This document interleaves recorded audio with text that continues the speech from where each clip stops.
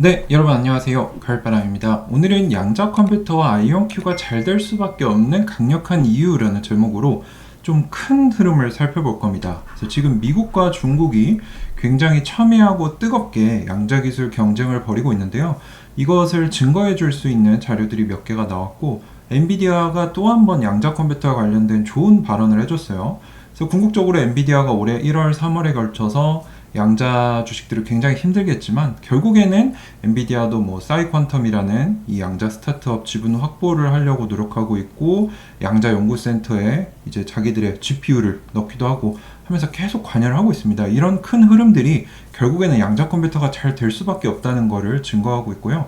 또 아이온큐도 굉장히 잘하고 있죠. 기존엔 양자 컴퓨터만 하고 있었는데 이제 국가적으로 양자 인터넷에 대한 수요가 있다는 걸 보고 기존의 기술과도 시너지를 낼 수 있기 때문에 신사업으로 양자 네트워크로 넘어가면서 앞으로 다른 기업들을 제치면서 2배 이제 다룰 수 있는 시장이 양자컴에서 양자 네트워크까지 넓어졌기 때문에 빠르게 성장할 겁니다. 그래서 제가 이 얘기를 왜 그렇게 생각했는지 말씀을 좀 드리도록 하겠습니다. 상당히 중요하기 때문에 끝까지 같이 공부해 주시면 좋을 것 같습니다. 자, 5월 19일에 컴퓨터 X 2025라는 행사가 타이페이에서 열렸는데요. 자, 아시아 최대 규모의 이 정보통신 ICT 전시회로 젠슨왕이 기조연설을 했어요. 여기서 양자 컴퓨터를 언급을 했습니다.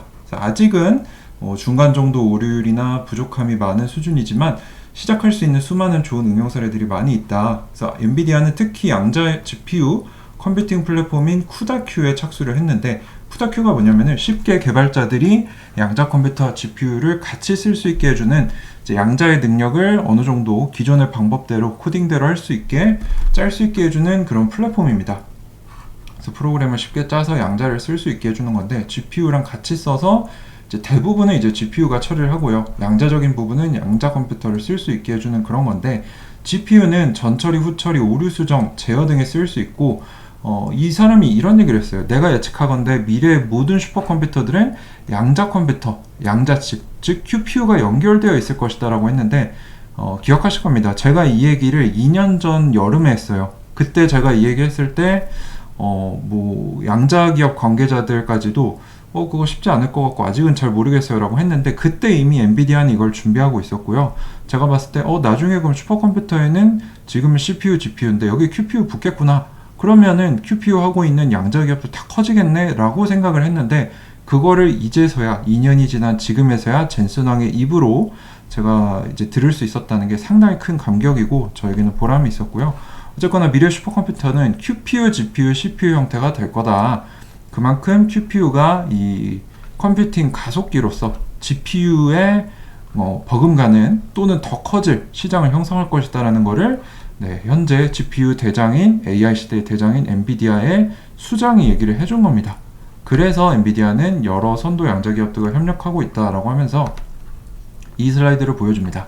그래서 하이브리드 양자 GPU 컴퓨팅을 엔비디아는 만들고 있는데, 대표적인 선도 파트너들의 우리가 알고 있는 아이온큐도 있고, IQM 핀란드 기업이죠, 싸이퀀텀, 파스칼, 큐컨트롤, 컨티니엄, 리게티, 큐에라, 퀀텀머신스 등등 언급이 됐습니다. 여기 있는 기업들이 이제 좀 앞서가고 있구나 정도로 우리가 파악을 할 수 있겠죠. 아이온큐 역시 여기서 아이온큐가 언급된 것에 대해 상당히 기쁘다라고 얘기를 했고요. 결국에는 양자 컴퓨터와 GPU로 대표되는 AI는 같이 간다. 제가 항상 말씀드렸지만 양자 컴퓨터는 시뮬레이션을 해서 AI가 학습을 해야 되는데 부족한 데이터를 만들어줄 수 있고, 또 AI는 양자라는 게 굉장히 어렵기 때문에 인간이 해야 되는 연산이나 이런 것들을 대신해줘서 양자 발전에도 AI가 도움이 되기 때문에 둘은 상호 보완, 시너지를 내면서 같이 가는 시대가 온다라는 거를 제가 말씀을 드렸습니다. 이게 왜 양자 컴퓨터, 그리고 그 안에서도 선도 기업에 들어가는 아이온큐가 잘 될 수밖에 없다는 건지 제가 이제 산업을 분석하는 측면에서 강력한 근거로 말씀을 드리는 거고요. 자, 그리고 마이크로소프트가 흥미롭게 양자 컴퓨터를 방어할 수 있는 양자 암호화 기능을 조기 도입했습니다. 그래서 5월 21일에 이거를 이제 조기 테스트하기 위해서 윈도우스 리눅스용 양자 내성 암호 도구를 공개했는데요. 이거를 왜 지금 하는가? 지금은 해독할 수 없지만 지금 해킹해서 암호화된 정보를 가지고 있다가 나중에 양자 컴퓨터 나오면 그 정보 넣으면 해킹이 되는 거잖아요. 그래서 이 공격을 지금부터 미국은 준비를 하고 있습니다. 그래서 이 공격에 대한 방어를 준비를 하고 있다는 거죠. 이러한 위험을 차단하기 위해서는 지금부터 이 미국의 표준 기술을 설립하는 기구인 NIST가 선정한 양자 내성 암호 알고리즘을 넣어서 대비를 해야 된다라는 거죠. 그래서 단기적인 보안 해결책이 아니고 양자 시대의 보안 생태계를 준비하는 전략적 토대고 미리 준비한다는 거죠. 양자 컴퓨터가 발전함에 따라 이 양자 내성 암호의 채택은 매우 중요한 요소가 될 것이다. 그래서 지금 시험해보고 향후 전환에 대비해야 된다라고 얘기를 해서 애플은 이미 문자 메시지에 이 양자 내성 암호를 넣었고요. 마이크로소프트까지 윈도우스에 넣는다면은 이거는 잘 모르는 사람들도 양자 컴퓨터가 그만큼 위험하고 가까운가 라고 생각할 수 있는 거죠. 실제로 전문가들은 양자 컴퓨터가 2035년쯤에는 지금 우리가 쓰고 있는 일반적인 암호 체계를 깰 수 있을 것이다 라고 생각을 하고 있기 때문에 5년, 10년 전인 지금부터 준비해서 미국 같은 경우는 주요 정부기관들이 2030년까지는 양자 내성 암호를 업그레이드 하도록 권고를 하고 있습니다. 그래서 양자 시대가 빠르게 다가오고 있다는 거, 그래서 양자 컴퓨터, 양자 네트워크 기업들이 발전을 한다는 거고요. 이런 면에서 양자 컴퓨터로부터 보안을 가지려면은 아이온큐가 지금 신사업으로 진출한 양자 네트워크도 필요합니다. 그래서 이런 수요가 있다는 것을 아이온큐가 파악하고 신사업으로 넘어간 거죠. 같이 양자 컴퓨터 하드웨어랑. 자, 그리고 또 강력한 증거 중에 하나는 중국의 양자 기술 현황이 굉장히 무섭습니다. 차이나텔레콤이 하이브리드 양자 보안 암호화 시스템을 상용화시켰어요. 1000km에서도 양자 암호 이 보안이 양자로 지켜지는 통화를 성공시켰다고 합니다. 세계 최초로 양자 컴퓨터 공격에 대비한 분산 암호화 시스템을 출시했는데 양자 키 분배라는 기술과 양자 암호를 통합한 하이브리드 구조이고 1000km 베이징과 허페이 간의 이 전화 연결에서도 이 양자로 보호되는 통화를 할 수 있었다는 거죠. 그래서 현재 중국 16개 도시에서 상용화하고 있고 허페이에 이제 굉장히 큰 세계 최대 규모의 양자 연구 클러스터가 있는데 여기에 최대 규모의 도시 양자 통신망을 가지게 됐습니다. 이미 주요 기관에서 이걸 쓰고 있다는 게 굉장히 무서운 겁니다. 미국은 아직 여기까지 못 갔죠. 그래서 미국 자체 발행된 리포트를 보면은 미국이 1등이고 그 1등 그룹 안에 중국이 있지만 조금 뒤처지지 않았냐라고 하는데 이게 슬슬 지금 의구심이 들고 있는 거죠. 그래서 이게 중국의 이 상용화 서비스는 양자 보안 통신 기술 상용화 경쟁에서 선도적인 위치를 확립한 사례다. 유럽과 미국 역시 여기에 큰 자극을 받을 것이다. 굉장히 중요하죠. 그래서 중국 같은 경우는 이미 수년 전에 이 양자 위성을 발사해서 1200km 거리 간에 이 QKD 기술을 성공했고 중국과 오스트리아 간의 QKD 기술을 시연하기도 했고요. 미국은 이제 위성을 쏴서 QKD 이 양자 네트워크를 테스트 준비하고 있는데 여기에 아이온큐가 인수하게 될 카펠라 스페이스가 관여하고 있고 이제 얼마 전에 우리가 봤던 우주 전문가의 추측에 의하면 아이온큐가 여기 관여해서 이 지상과 우주 간의 양자 인터넷, 양자 네트워크를 만들어서 국방이나 안보기관에 팔겠구나, 서비스하겠구나 라는 걸 우리가 볼 수 있었죠.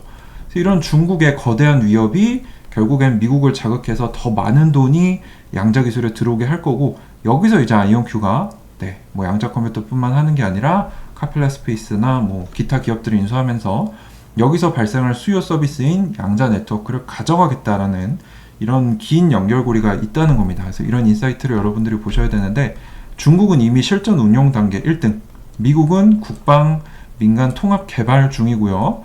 이 후발주자인 유럽은 다국적 협력으로 추격을 하고 있고 캐나다, 일본은 아직은 제한적이다.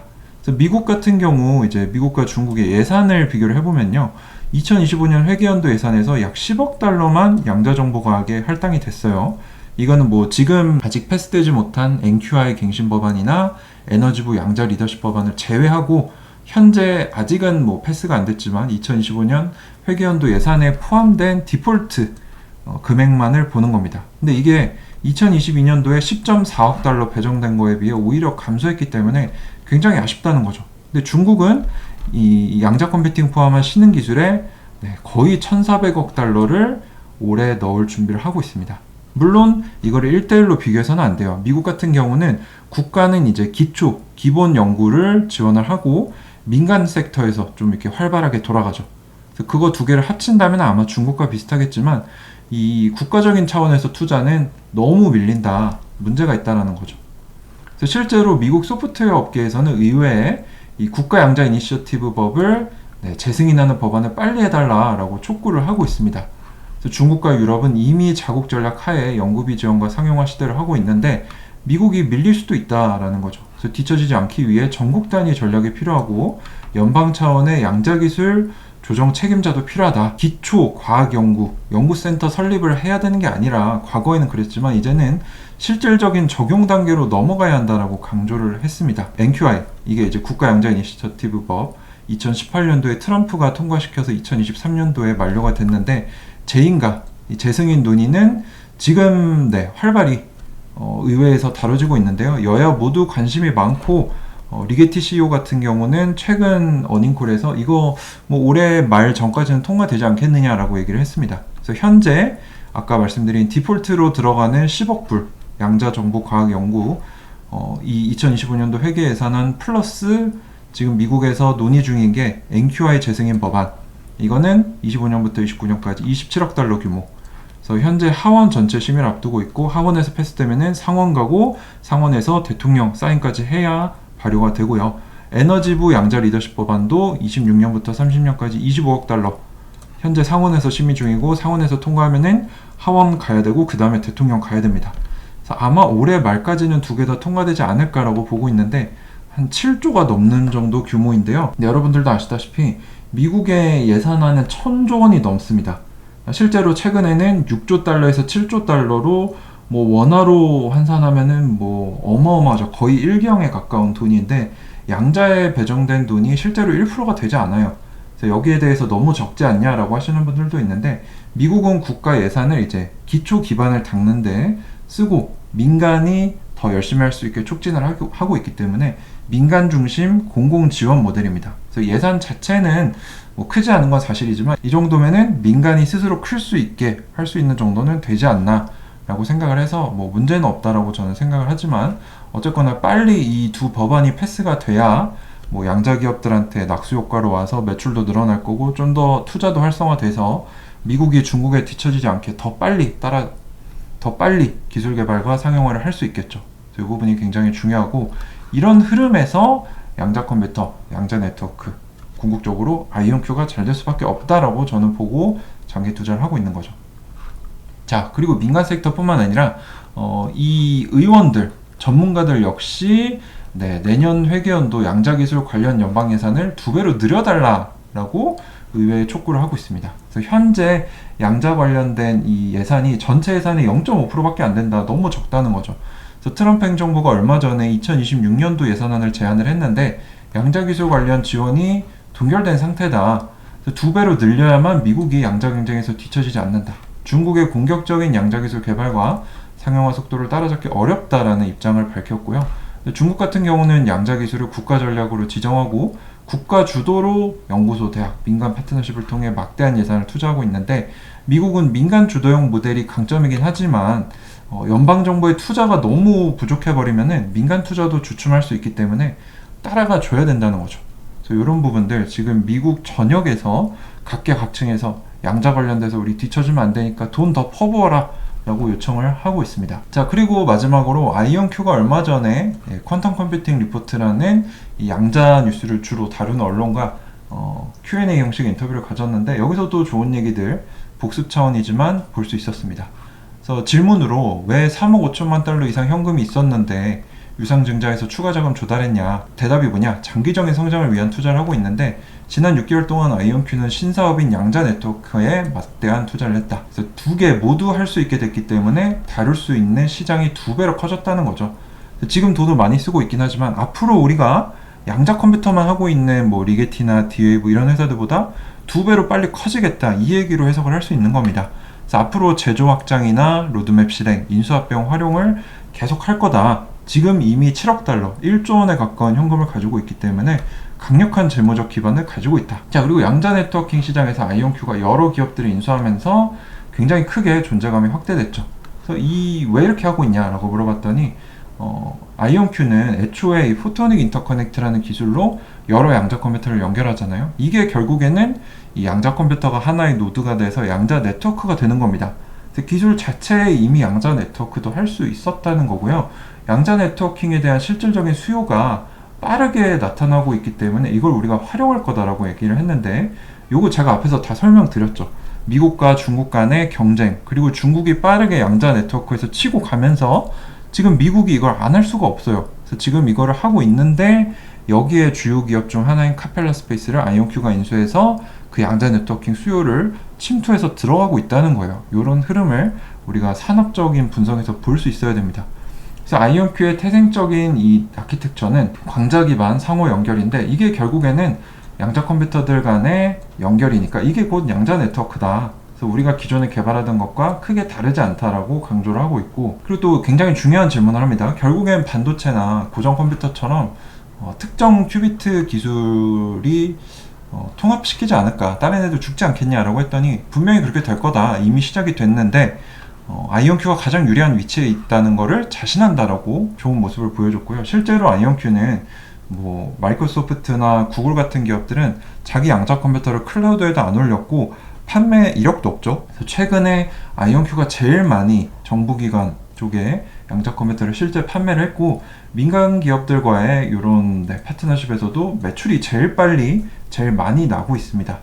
그래서 우리는 실제 상업화를 했다라는 거, 그리고 900건 이상의 특허 출원 기술을 보유하게 됐다는 거. 그래서 앞으로도 이 아이온큐의 기술 방식을 보완할 수 있는 기업들을 인수 통합해왔고, 앞으로도 그런 기업들을 인수 대상으로 고려하겠다. 그래서 우리는 필요한 기업들 자체 개발하면 너무 오래 걸리기 때문에 지금 당장 자금이 좀 희석되더라도 그런 기업들을 인수해서 빠르게 치고 올라가겠다는 거죠.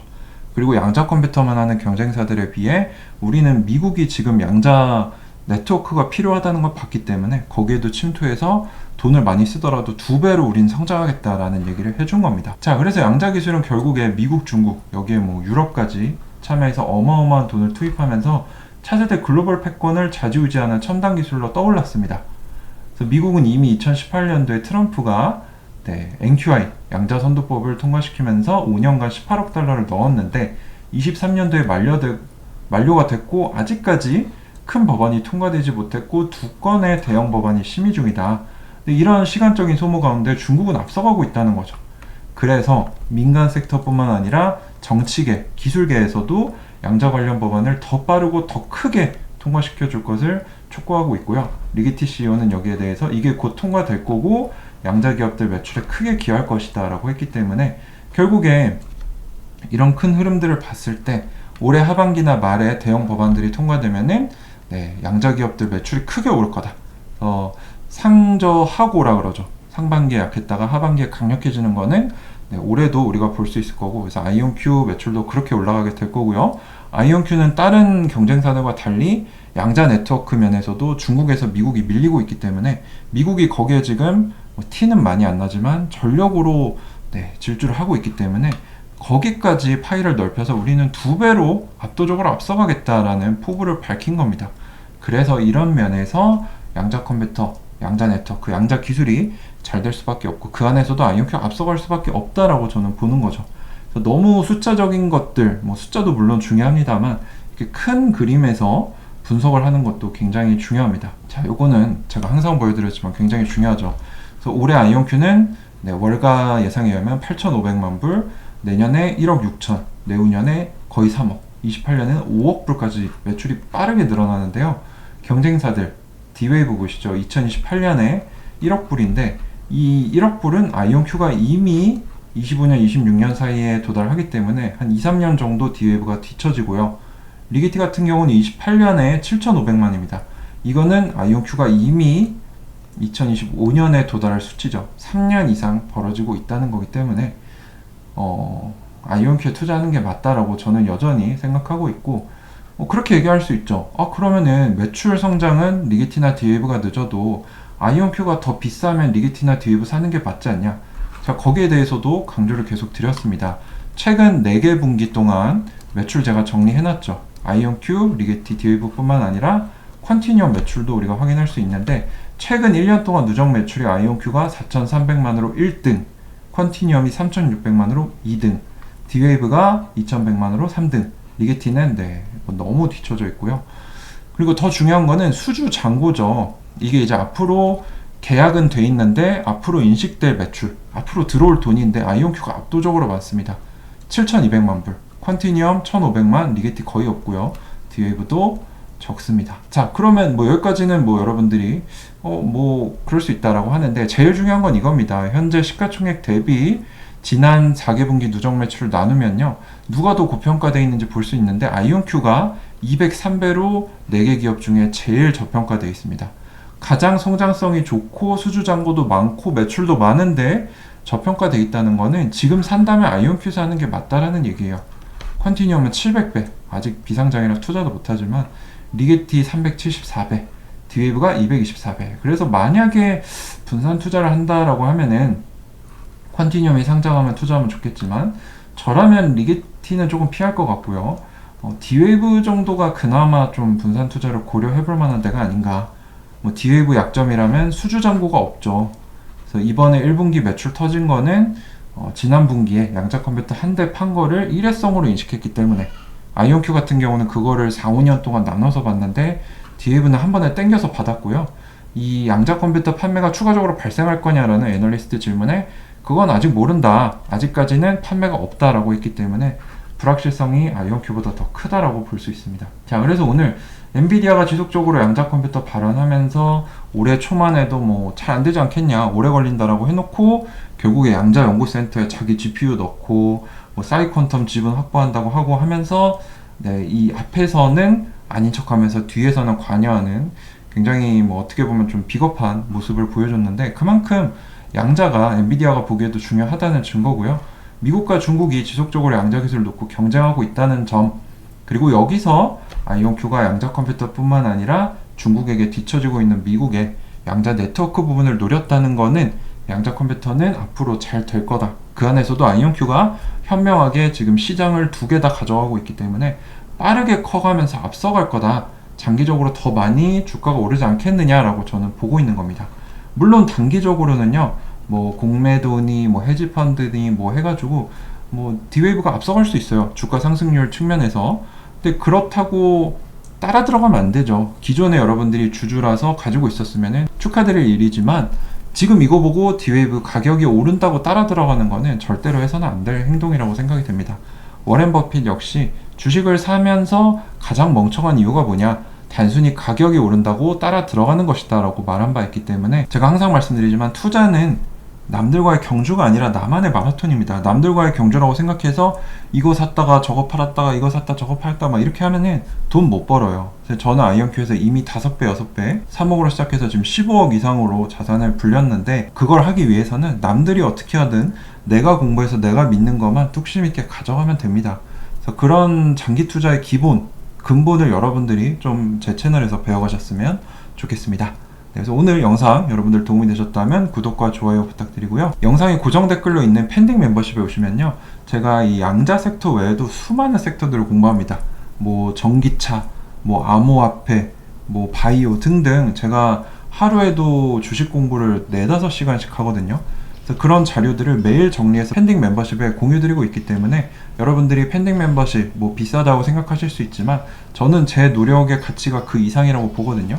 실제로 오시면은 훨씬 더 값진 것들을 많이 배워가실 수 있고, 저의 장기 투자의 정수를 또 여러분들이 그 노하우를 가져가실 수 있을 거라고 생각합니다. 그래서 관심 있는 분들은 고정 댓글 참고하셔서 저희 펜딩 멤버십에 와주시면 저의 활동에도 도움이 많이 되고, 여러분들도 저한테 투자한 것 10배, 100배 이상의 것들을 가져가실 수 있으실 거라고 생각을 합니다. 자, 오늘 굉장히 긴 영상이었는데 끝까지 시청해 주셔서 감사합니다.